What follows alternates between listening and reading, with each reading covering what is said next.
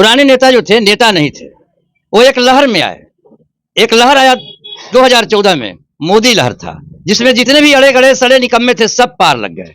तो यहाँ की जनता से भूल हुई और सबसे बड़ी भूल किया भारतीय जनता पार्टी ने कि एक निकम्मा नेतृत्व की जो यहाँ पर थोप दिया। कि इस क्षेत्र में घूमता हूँ, यहाँ कहीं विकास नाम का कोई चीज नहीं है।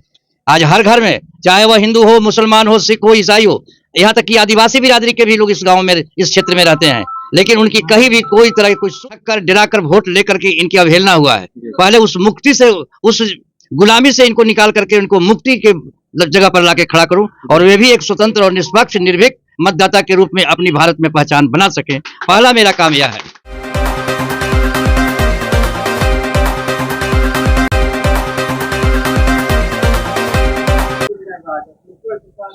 देखिए, चुनाव चल रहा है और चुनाव में जो है कि नेताजी गली गली और कस्बे कस्बे घूम रहे हैं, लेकिन विकास क्या है, विकास पे कौन बात करेगा।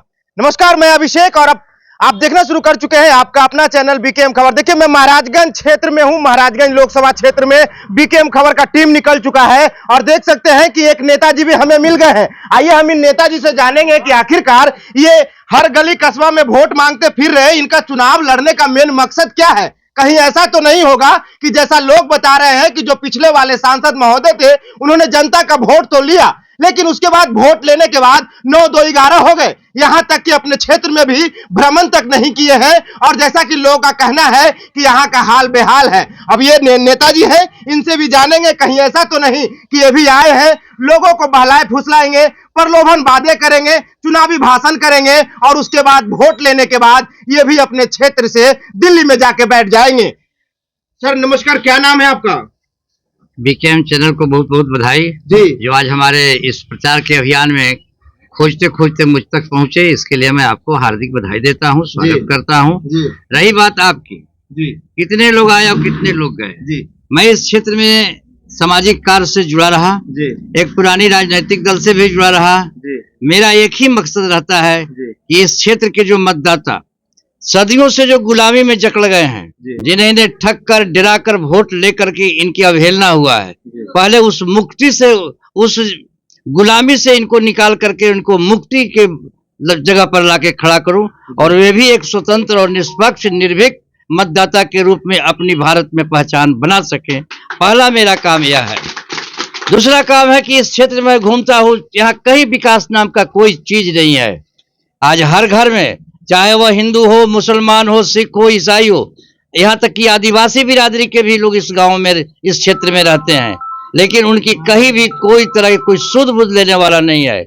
मैं वादा तो नहीं करूंगा, लेकिन विश्वास दिलाता हूं कि इस उम्र के पड़ाव में मैं जो भी करूंगा आपके लिए करूंगा और वह हमारा जो है एक पहचान बनेगा कि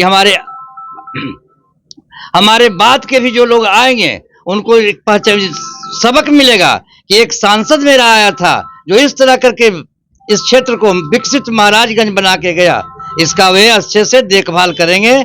मेरा यही मकसद है कि यह क्षेत्र एक जाना जाए कि हाँ, हिंदुस्तान के पैमाने पर महाराजगंज एक विकसित महाराजगंज का रूप ले, जहाँ शिक्षा, स्वास्थ्य, सारी बुनियादी सुविधाएं और जो भ्रष्टाचार है, भ्रष्टाचार नीचे से ऊपर तक समाप्त होना चाहिए। तभी तक मुझे चैन है।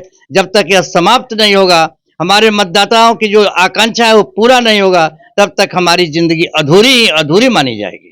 नेताजी, कहीं ऐसा नहीं होगा ना कि जो पिछले वाले सांसद महोदय थे उन्होंने जो है कि बढ़िया बढ़िया प्यार वाली बातें किए, चुनावी प्रलोभन दिए और उसके बाद जनता ने वोट तो कर दिया, लेकिन उसके बाद जो है कि जनता के क्षेत्र में नहीं आए, विकास का कोई काम नहीं हुआ। पुराने नेता जो थे नेता नहीं थे, वो एक लहर में आए। एक लहर आया 2014 में, मोदी लहर था, जिसमें जितने भी अड़े गड़े सड़े निकम्मे थे सब पार लग गए।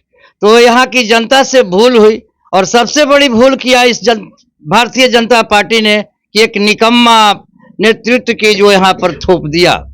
वे एमएलए भी रहे थे, मंत्री भी रहे थे, लेकिन वे सफल किसी क्षेत्र में न हुए, न विधायक के क्षेत्र में और न वह एक मंत्री के रूप में। उसके बावजूद भी भारतीय जनता पार्टी ने इस यहाँ के मतदाताओं के साथ जो है सही व्यवहार नहीं किया। उन लोगों के साथ जो धोखा दिया, निकम्मा को भेज दिया। मैं निकम्मा नहीं हूं। आप यह देख सकते हैं कि हमारा जो जुनून है, हमारा जो मूवमेंट है, न धूप देखता हूं और न रात देखता हूँ। मैं जो इन लोगों ने प्यार और स्नेह दिया है, उस प्यार और स्नेह को मैं कभी भूल नहीं सकता हूँ। और मैं यही चाहूंगा कि अपने मरते दम तक उस प्यार और स्नेह का मैं कीमत चुका करके जाऊं। मुझे उनसे जोड़ने की कृपा नहीं कीजिए।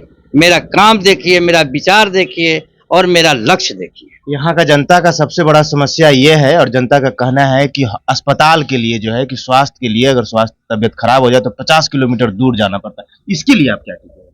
वो तो समय बताएगा। अगर चुन के सांसद बनूंगा तो पर भी यहाँ पर जो बुनियादी सुविधाएं की कमी है उसको पूरा करूंगा।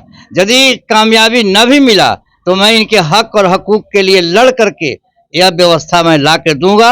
अस्पताल ही नहीं, बहुत कुछ कमी है, सबको मैं पूरा करूंगा। क्योंकि सांसद और विधायक बन के ही जनता की सुविधाएं नहीं दिया जाता, संघर्ष करके भी लिया जाता है। मैं संघर्ष के लिए कटिबद्ध हूँ, तैयार हूँ। इनकी प्यार और स्नेह और एकता और विश्वास के साथ मैं चलूंगा। तो आप लोगों ने सुना, हमारे साथ अखिलेश्वर प्रसाद सिंह थे जो कि AIM के टिकट से ये चुनाव लड़ रहे हैं और उन्होंने साफ तौर पे जो है कि इन्होंने बताया कि हम जो है कि चुनाव लड़ने का जिनका मेन मुद्दा क्या होगा और इन्होंने जीत करके क्या करेंगे। अब देखना यह होगा कि क्या अखिलेश्वर प्रसाद सिंह अपने वादों पे खरे उतरते हैं जीतने के बाद या फिर जो है कि और नेताओं की तरह ये भी बदल जाते हैं। फिलहाल के लिए इतना ही। आप क्या सोचते हैं अपनी प्रतिक्रिया कमेंट बॉक्स में जरूर दें। बने रहें बीकेएम खबर के साथ। जय हिंद, जय बिहार।